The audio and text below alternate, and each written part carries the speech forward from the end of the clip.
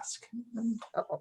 So this book is, thank you. Welcome to Convictions by Marcus Borg. It's an amazing book, and it talks about 3 different types of things. He says the triad that shapes the book is memories, conversions, and convictions. So we're going to start down that road today, and I want you to start by introducing yourself. And here's what you're going to say, is something like this: my name is, and you insert your own name so that everyone knows your name.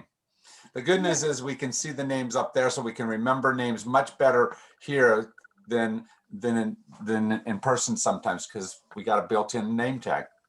But you say your name, and then I want you to say, and I have lived in, and just list the places where you've lived as best you can, without a lot of elaboration. But as you list all those, let all your memories flood into your head of each of those places. So I'll model for you. My name is Jim. I was born in Fort Robinson, Nebraska, lived in New Jersey, Colorado, Texas, 4 places in Argentina: San Pedro, Arrecifes, Santo Tomé, and Santa Fe. I lived in Beeville, Texas, and Commerce, Texas, Provo, Utah, down in Round Valley, which is Eager, Arizona, and then Phoenix for 20-something years, Yuma, and Tucson. Wow. So that's my list of where I've lived. So we'll go ahead, and I'm going to pick one person, and that person has to pick the next person. So I'm going with Jeff. Jeff? Okay, I was born in Wethersfield, Connecticut, lived in Darien, Connecticut, then Norotan Heights, Connecticut, then Simsbury, Connecticut, then in Marietta, Ohio, then in Rochester, New York, then in Washington, D.C., then back to Rochester, New York again, and finally to Tucson. Very nice. Anything else? No? Well, Fort Huachuca and Oh, Fort Sierra Huachuca. Vista before Correct. Tucson. Right, right. The hard part is that some of those little places are just this long, right? Yeah. Yeah. Absolutely. So Julia, Okay. why don't you go next, and then you can pick which screen goes next. I'm sorry, who did you say? Julia, you go ahead next. Oh, okay. All right. Well, I was born and bred in upstate New York, born on the east side, and spent the majority of my married life on the west side of Rochester, New York. And then Marietta, Ohio is where Jeff and I went to college and met. And Washington, D.C., Fort Huachuca, well, You could Sierra probably Vista. just cut and paste what I Yeah, said cut right and into I paste. was there. going to say, it And we've been in- sounds an awful lot like what Jeff just said. Yeah, we've lived in Tucson for 11 years now. Nice, nice. Choose somebody else to go next. Okay, how about Judy? Oh, good. I was born in Elmhurst, Illinois, but lived in Lombard, both suburbs of Chicago. Moved to Tucson when I was 9, and lived also in Washington State for a year and a half, and Hawaii for a year, and Harrogate, England for a year, and always came back to Tucson. Very Here I nice. stand. So Doris, you're next.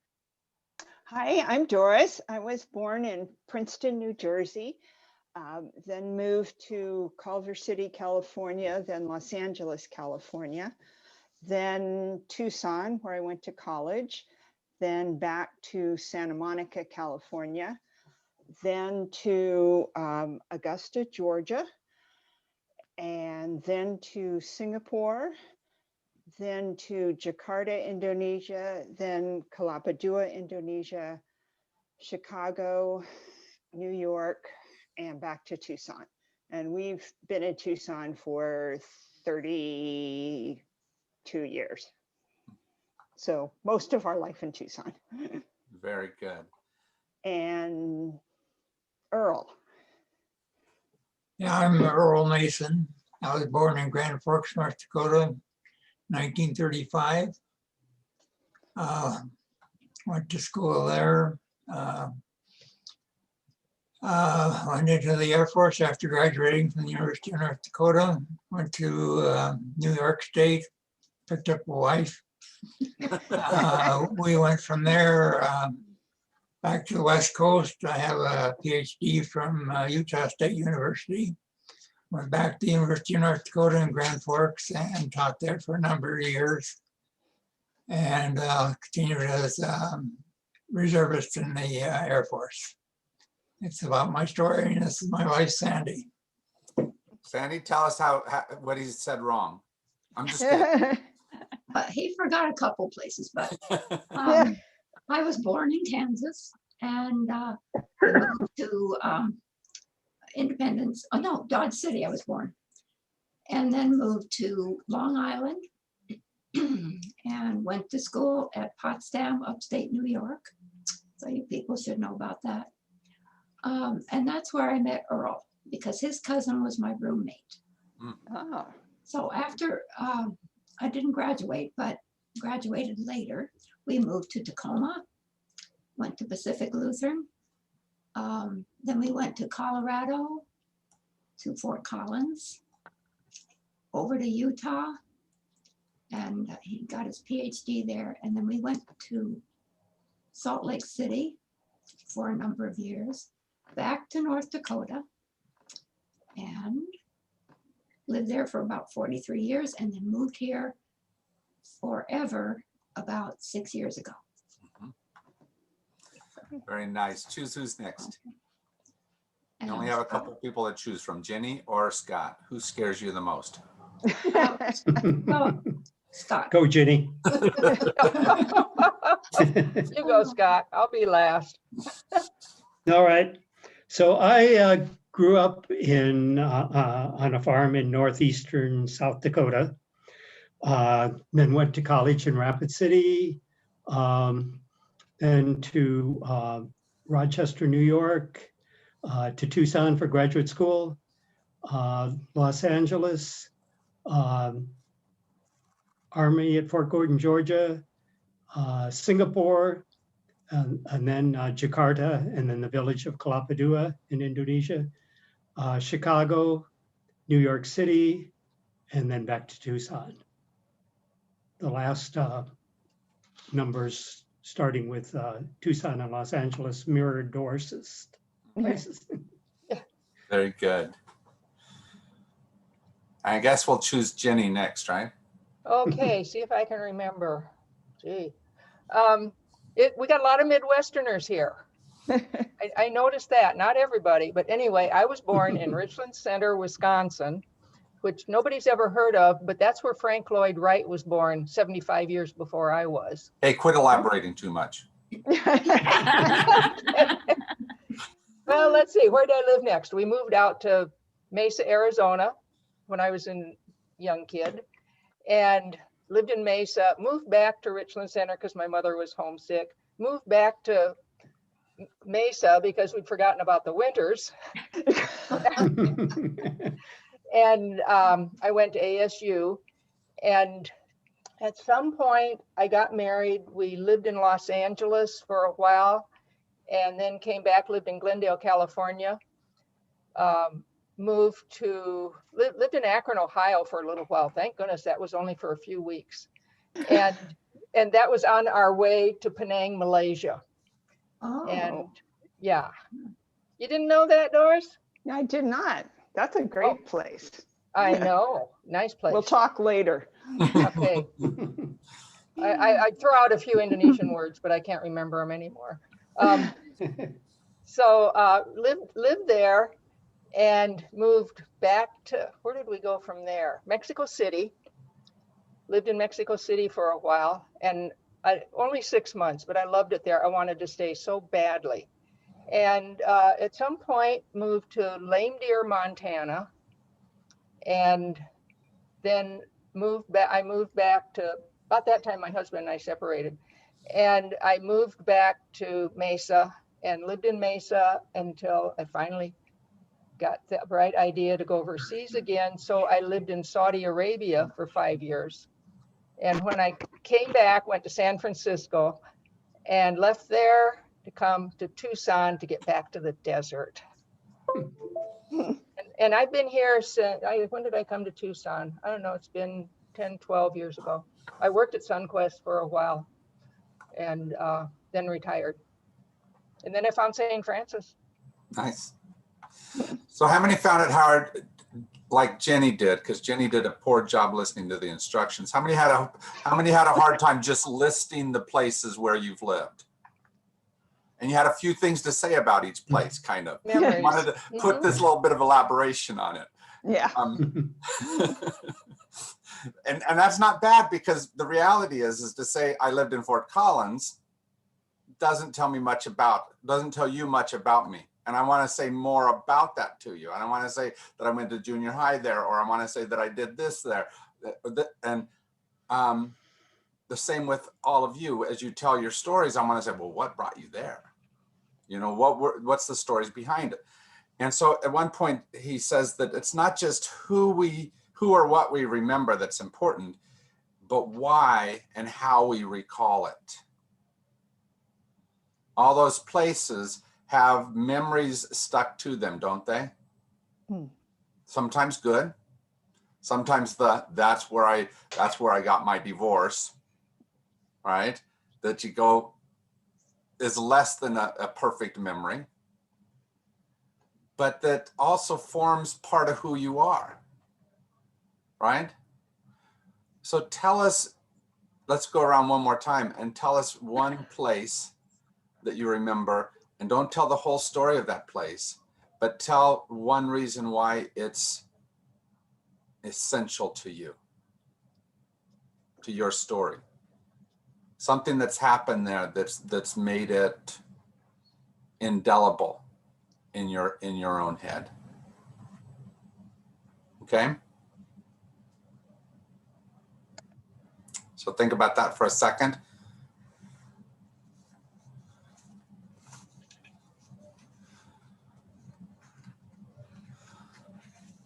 So I'll go back to the town I just mentioned. The reason why Fort Collins is there, I'm reminded right now, is because of the mountains. The mountains stood up and you saw snow on them on a regular basis. And I realized that solidity is not just what let me know which way was west, because they were always to the west, but it was also just that sense of the earth has me taken care of, right? I knew that in the solidity of those mountains, I was safe. And so when I moved down to Texas and I didn't have mountains, not only didn't I know which way was east and which was west, but I didn't have the strength of that for a time. And so that sense of mountains and being able to come back here to where there's mountains right there showing me the way feels comfortable, solid to me. So how about the rest of you? What place do you want us to take us back to and tell us why it's really important to you? Well, I could start. Mm-hmm. I think probably it was the Rochester, New York area. And that was where I began my career as a teacher. And teaching is something that filled a great deal of my life, allowed me to connect with so many people and learn so much, not only about them, but about me. And I was, a matter of fact, just a little while ago thinking about a group of teachers that got together and put a human face on teaching for our students. We had a little group called the Masked Avenger Tabernacle Choir. And we did lots of 50s and 60s rock and roll. And we did that for the kids, senior breakfast, for the prom, things like that. They'd invite the Masked Avengers Tabernacle Choir to come in and sing for them. And they thought it was really cool to see the teachers out there making fools of themselves. And we enjoyed it because it was so much fun. And that's, I think, one of the things that makes me remember my career and my time in Rochester. It was fun and it was eye-opening in so many ways for me. Nice. Nice. Thank you. Who next? Oh, I'll go next. We'll stay in somewhat the same order. I would have to say Marietta, Ohio, because as I mentioned earlier, it is where I met Jeff. And so that was a really pivotal moment in my life. And pitiful. Yes. And it changed things all for the worse. I mean, better. And I've never regretted that meeting and our long marriage. So yeah, that's a place for me. That's what I would say. Yeah. Good place to remember. Who else? So that puts me next if we're going in order. Mhm. And I thought that I lived in Dayton, Ohio. I didn't mention that. But it was a pivotal place for me because that's where I went to kindergarten. And I have chunks of memory of that year in Mrs. Maddox's classroom. And we put on the play, but we didn't, we put on Sleeping Beauty as a mime, as I remember. I don't remember ever having any lines to say. Somebody was reading the story and we just came out and stood around, I think. But the mothers all made us costumes. It was a grand affair. And I've always remembered not only that particular incident, but that whole year was full of newness for my family and for me. And my brother was so lonesome without me that they let him go with me to kindergarten, even though he was a year younger. Nice. Thank you. Next. I'll go. Mhm. I think for me, it was when we moved to the village of Kalappadua in Indonesia. We were doing rural development work, sort of like the Peace Corps. And we had a 2-year-old and a 2-month-old. And we moved to a village that had a 40% infant mortality rate. And I was really scared that I was bringing my children into this place. And the older Indonesian woman who was our nutritionist on our staff said, "You don't have to worry about your kids. Your kids will have clean water to drink, and you had enough to eat when you were pregnant, so your baby was born healthy. Your kids will be fine." And I thought, God, that's all it takes to have healthy children is clean water and enough to eat. And I think that really shaped my views of immigration and poverty and all of that for the rest of my life. So. Thank you. Thank you. Let me go next because I want to mention the same place. And I think for me, the big thing was being in just such a entirely different environment, a place where the people we were working with mostly had a very subsistence level of living. We were where there was no electricity and there was no telephones, and we were most of the time communicating in a language that I hadn't known before, and with people with a very different experience of the world, Indonesian staff as well as the village people. So it was such a learning experience about what things were in a very different place than the US. Nice. Thank you. Good. I'll kind of go along with that because I've lived in some of the same types of, well, not the same type of culture, but when I lived in Penang, Malaysia, we lived in a modern city and didn't have the hardships that they had, but it was still culturally very, very different. And there's a lot of things that happened there that really stayed with me. For one thing, I totally enjoyed living in a foreign country. And that was why I ended up going to Saudi Arabia, is just because I really wanted to live in a foreign country again. And but one of the things that stood out for me there in Malaysia was the different cultures of people. There are a lot of British colonials. We had, because they just gotten their independence there.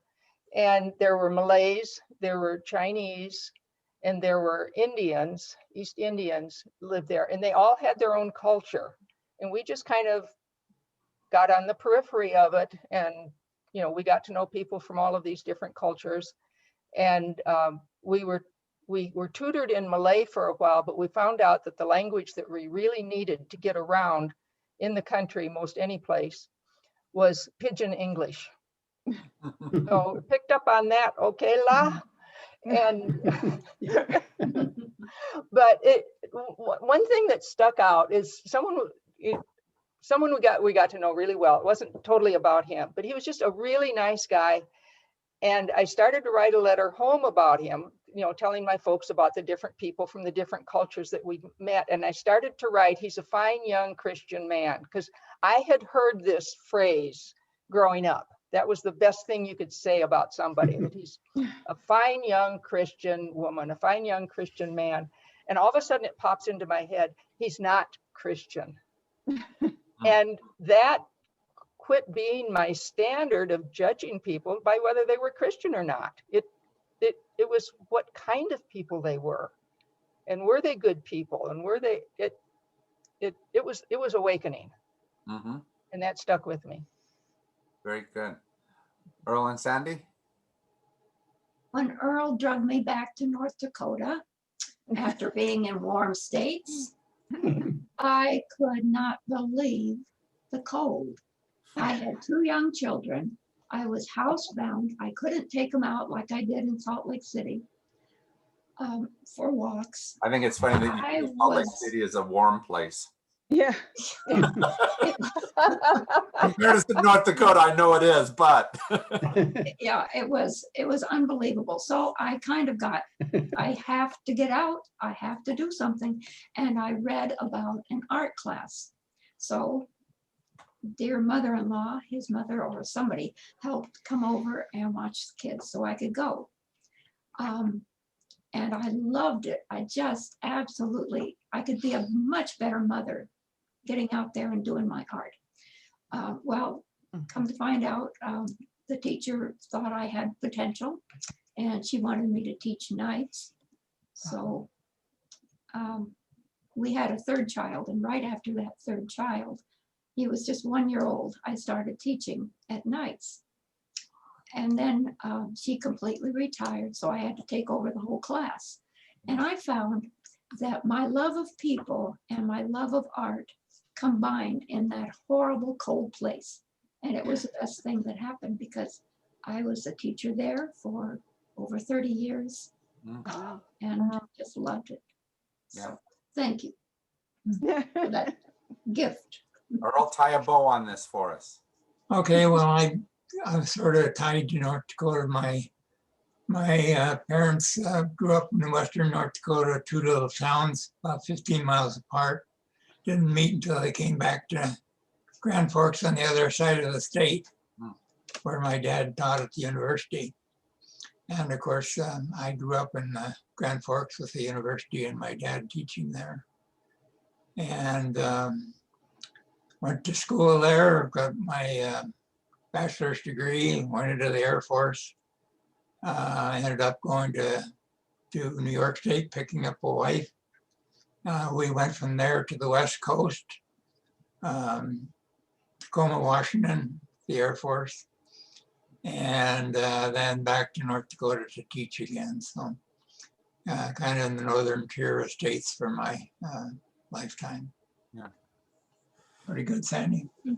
The nice thing about what you just told us is you've begun to tell us some of your conversions.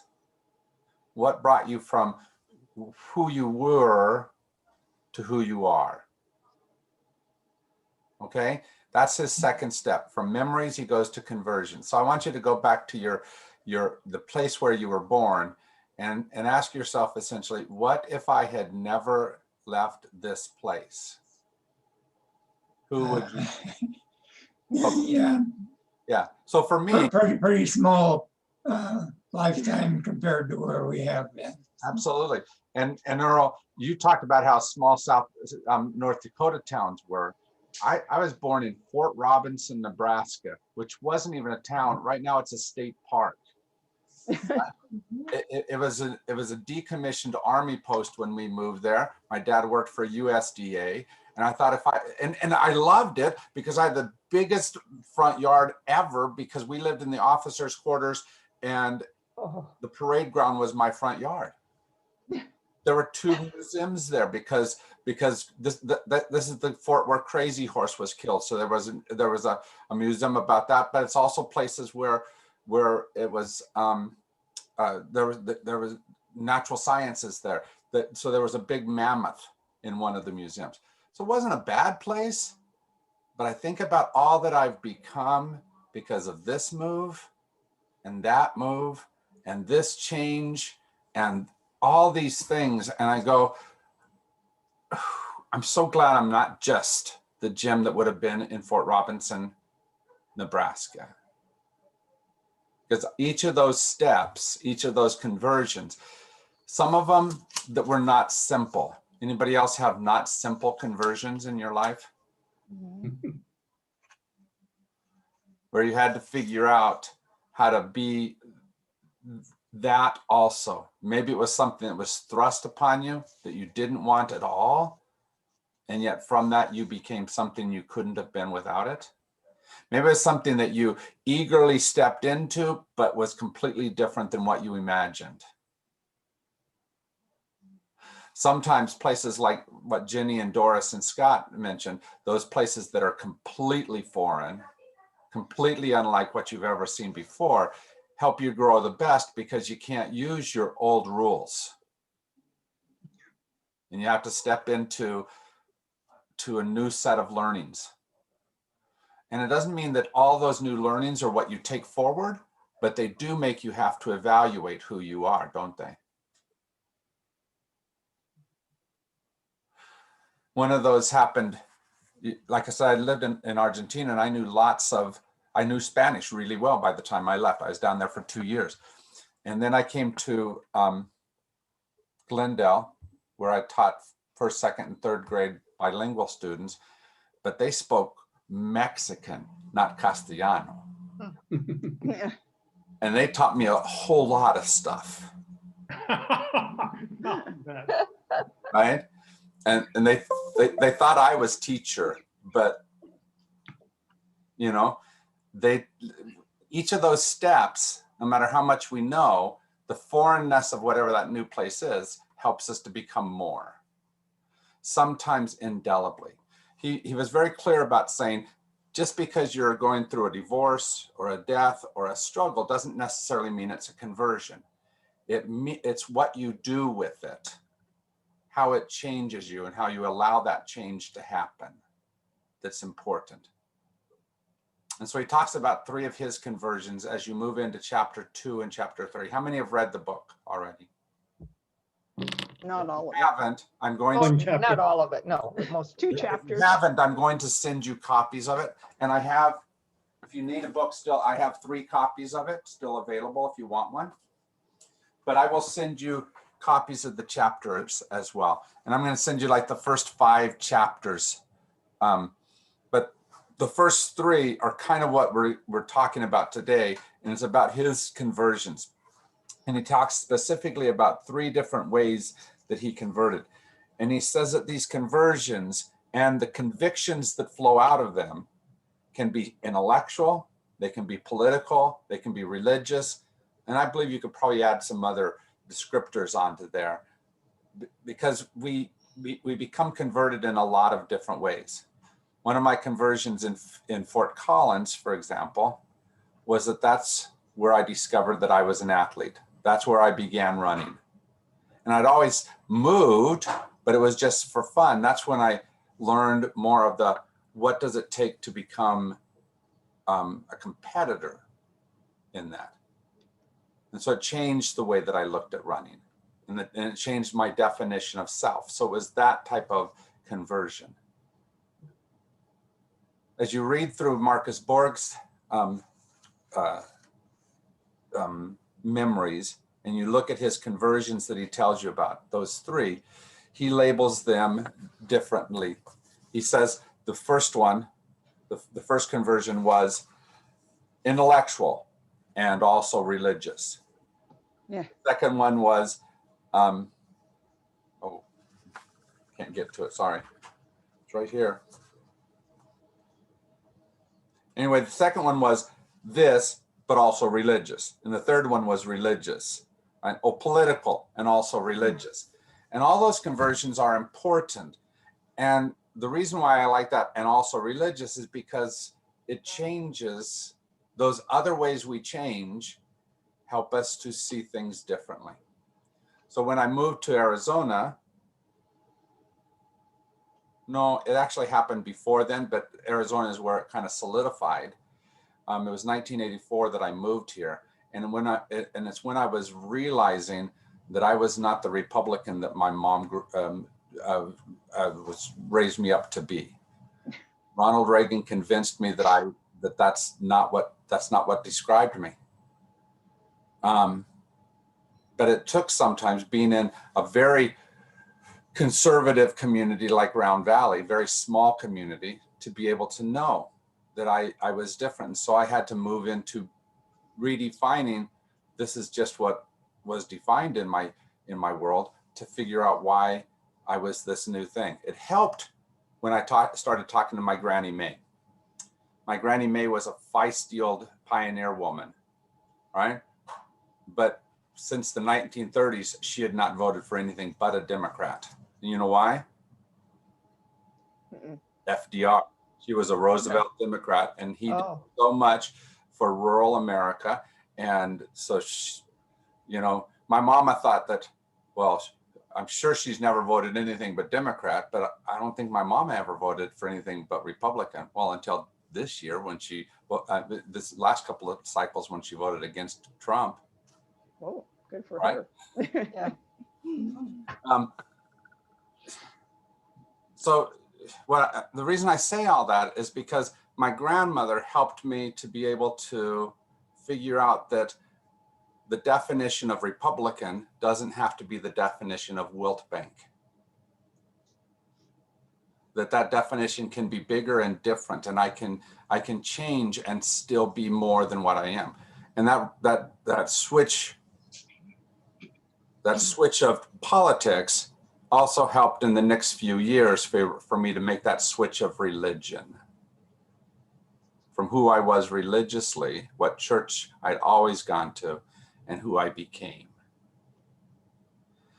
So I want you to think about some of your conversions, and I don't want you to start with a big one. I want you to think more about that and maybe come back next week with a story of one of those big conversions. But tell me about one of your smaller conversions. Something where you said, I used to be, but then I started defining myself this way. Something like when I said, when I started running, that was one of the places where I changed. How about the rest of you?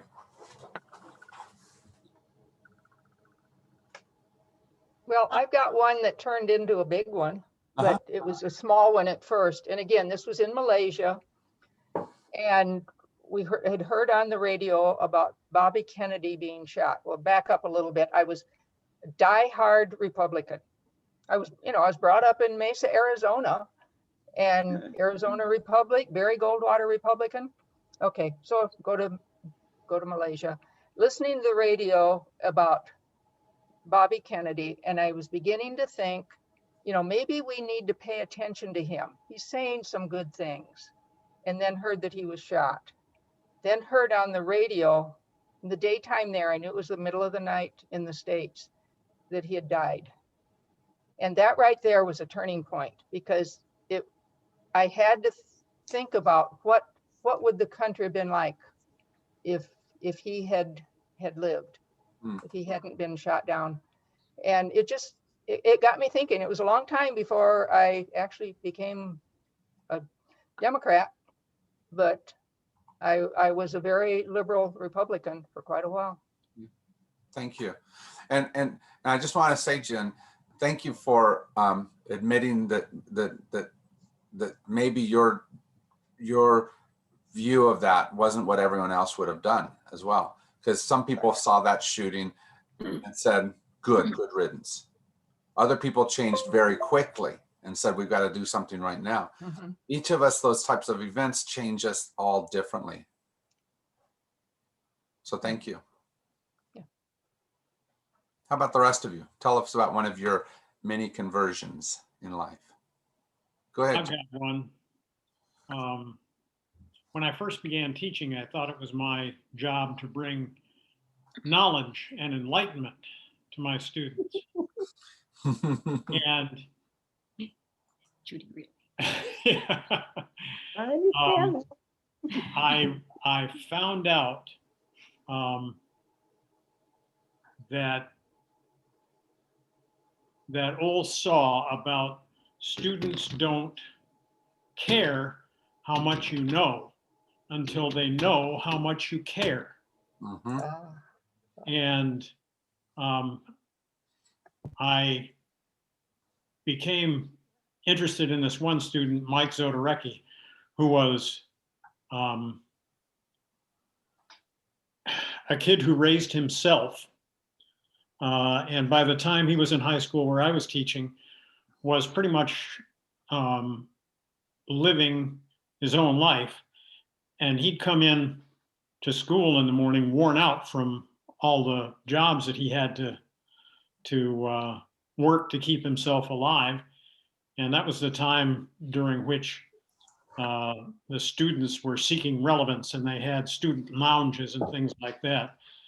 And Mike was really having a tough time with English because my class in which he was enrolled was fairly early in the morning. And he'd come into school, he'd get some breakfast in terms of snack stuff that they had on sale for the students, and he'd lie down on a couch in the senior lounge and go to sleep. So I learned pretty quickly that Mike wasn't going to be there in the class passing anything unless I went down to the senior lounge, got him up, and brought him back to class. Mhm. And he started to do well. And that was then that I realized exactly what that old saw was. It was because not that I was an English teacher filled with the knowledge of what a subordinate clause was. I was someone who took the time to go down and make sure that he, with all the burdens he had to carry, was going to make it to class on time because he was bright enough to pass it all. But he was also so damn tired from having to work all the jobs that he did to stay afloat that he needed somebody else who cared enough to help him through that. And that made me see more about myself and understand that teaching is more about the connection human to human on a number of different levels besides just the intellectual one. Yeah. And that conversion made me view all of my students, and then of course all of the people around me, with a little bit different understanding of what was going on in their lives. And sometimes it was very different than mine, and I'm very grateful for that major change in how I was able to see the life of lives of my students. It's amazing what one person can do in our lives like that. And sometimes they may not ever even know that. One of the major things that I used throughout my teaching career was we did an auction where kids, I'd give out little paper coins for throughout the week for good behavior. And then I'd sell things to the kids at the end of the week. And that happened because of one kid who, in my first year of teaching first grade, who was really good at money. He wasn't good at much of anything else. He wasn't a great student, but money he had figured out. And I tried to figure out, why is that true? Well, it's because his mom would go down to the bar, give him $5 to go do something with, and he had to figure out how to use that $5 to last through the time that mom was drinking. Mm. Right? Now, that's a terrible story about a first grader. First grader shouldn't have to do that, right? But it made me know that using money helps you to understand money, because that's the skill that he figured out of that difficulty. And it changed part of my teaching career as well. And so thank God for that young boy named Billy that allowed me to look at life differently. We'll get back to those people. The people are really important. But tell me more stories about one of your conversions. I think when I went to college, I grew up in a Catholic family and went to a Catholic school. And I'm sure, Jim, your Mormon experience was similar, where, you know, the Catholic Church had all the right answers, and you would not associate with anyone who wasn't Catholic, and et cetera, and that there was something semi-deficient about people who weren't Catholic. Yeah. And then I went to the university here, and I had 2 courses that kind of changed my worldview. One of them was philosophy, which was talking about arguments about, is there a God or is there not? Is there free will or not? And it just made me think. And then I took a class in cultural anthropology, where we studied cultures in a variety of different parts of the world, and how people make different moral decisions based on their culture, and they're not necessarily wrong. And those 2 classes Even really if they're not brought, Catholic, right? yeah, and you know, they're nice people. Yeah, or I don't know, I only knew them from books, but it really gave me a way to think differently about the whole world, instead of my narrow little view of it in the first 18 years of my life. Nice. Very nice. I'll piggyback on that, because the conversion I would mention too, even though I feel like I've had a number of different conversions, but one has certainly been religious. And like Doris, I grew up in a little Italian-American community that was largely Roman Catholic. And in fact, we used to get dismissed on Wednesdays, or early dismissal from school, to walk to the Catholic school for religious instruction for our last period of the day. And we got the same teachings. Wow, you weren't supposed to date boys or girls who were not Catholic. You certainly weren't supposed to go into a not Catholic church. I mean, there were just so many restrictions. And I don't know why, but at a very early age, I probably was only 12 or 13. I was really already questioning these teachings. We didn't really talk about religion at home. My mother attended the Roman Catholic Church. My father really didn't attend church. But in our religious instruction, we were also studying the life of Jesus, and what I was learning about Jesus didn't seem to quite fit with what the Catholic teaching was, that was so exclusionary. And so I actually made an appointment to talk to the parish priest and question this, and I wasn't satisfied with the answer, and so that pretty much was the end of my my Catholicism. And I've been searching ever since, kind of getting more and more progressive, I guess, looking for. And so actually I would end by saying that St. Francis was just an incredible find for me, because I walked into a place where it was suddenly like, yes, why hasn't anybody been saying this in all my religious life? It was just such a breath of, and is such a breath of fresh air. So Roman Catholicism to Episcopalian to Presbyterian to Methodist. Right.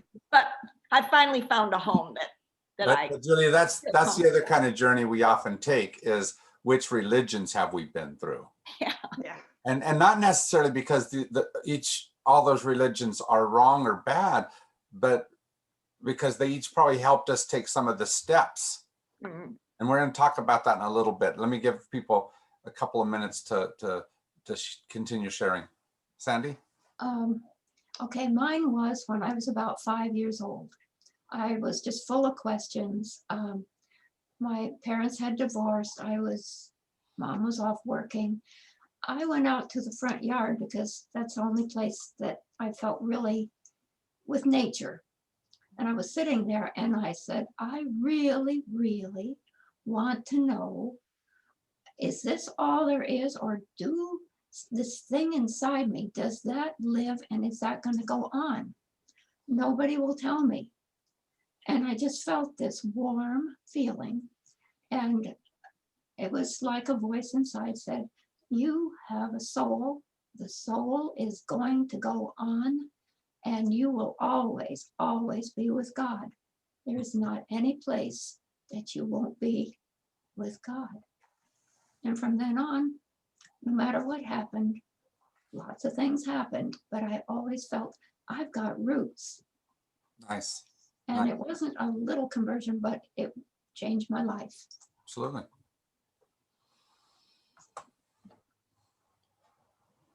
So growing up in rural South Dakota, and there wasn't a lot of diversity of the people. Pretty much the extent was Norwegian, German, and a few Polish people. I didn't ever get to know anyone. I really never saw a Black person in actual contact until I was a senior in high school. But even then, through college and graduate school, I really didn't have any really close contacts with people of other races or other religions other than Christianity. And our move to Singapore was a big learning in terms of the people there from all over the world. I got a job managing the air terminal for visiting military and government aircraft in Singapore under Lockheed Aircraft Services. And the people that were employed there, there was some diversity. The white people were particularly American and British, but most of the workforce came from all over the world, and mostly Chinese, Malay, Indian, and from the Philippines. But the people that I worked closely with were two employees in the terminal were both of Indian origin, and George Varghese, who was the person I worked most closely with, who I didn't know anything about running an air terminal.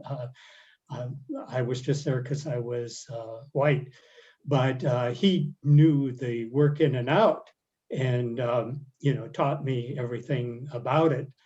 But I also learned that although his family came from Kerala and he grew up in Malaysia and Singapore, that we knew all the same music. We had a lot of similarities in our background. And so it was both a learning about the things I shared with people who were very different, but also an insight into a lot of differences in the religious observances in day-to-day life and family life. That was really an education. Very good, thank you. So next week, we're going to talk more about all these same types of things, but I want to give you some ways to be able to frame it. The author gives us a couple of different ways that frame his thinking. And he puts these on each side of 3 different conversion stories. So let me share my screen so you can see what one of them is. First of all, he talks about the 5 divisions that in American Christianity today. And calls them conservative, conventional, uncertain, former, and progressive. And this is all on pages 9 through 16. And so what I want you to do is especially read those pages and kind of use that framework to talk about, to look at your religious conversion. How have you moved? Right? Where were you? What has been important steps? And where have you arrived? And don't do it in a way that says, and I rejected all this stuff because only. Because we do reject all that stuff because, but we also carry some of that stuff into, and it helps inform where we move to. Make sense? And so that's just a very quick tie together of those pages. Okay. And then there's where he talks about William James in the book called The Variety of Religious Experience. And he talks about some of the different ways that we experience God, mystical, right? And so I want you to look at that and say, which ones of these things have you experienced and helped you to be able to take some different steps? And that's basically outlined on page 39. So if you look at those 2 things and have them help you to determine what conversions helped you to move from point A, wherever you were at the beginning of your life, to the spaces that you find yourself today. Then the other thing I want you to look at is, who are the people, right? Who was there at a critical point to be able to move you from one space to another? One of my critical point people is Brother Larry. He was a Baptist minister in a small town in Arizona who politically was very different than I was, who today would probably not like me, but who in that moment was so present for me in the midst of my questioning and my struggles and who I was in that moment, that he allowed me to take some steps that were essential for me. So who are they for you? Is what you want to talk about. So especially read those first 3 chapters and those 3 stories of how Marcus Borg figured out some of his changes. Okay? Some of his conversions. The bottom line is that life, if we let it, allows us to be able to figure out that God can be experienced. Some of you have talked about some of the ways that suddenly you experienced God beyond what it was that your upbringing taught you. That's what this is about. How is it that we have gotten to the space beyond where we started to be able to say, this is who I am? And as we move in and through the book, to be able to say, this is what's important about where I am. Here's some of the things that are essential about what life has, how life has converted me and convicted me. Okay? Now that's a whole bunch of talking, whole bunch of homework, but it's good homework. I think you'll enjoy reading those chapters. We'll probably move specifically through the first 3 chapters and probably get into the 4th and 5th chapters for next week. I will send all those to you as soon as we get out of here. All right. You don't need to send to us, Jim, because we have the book. I'll just send it so you can just ignore it if you don't need it. Okay. Okay. So, Thank you. all Nice right. to see everyone. Thank you very much. Good to see you all. Alrighty. Oh, Bye. yeah. Good way to get back face to face. Good way to get back face to face.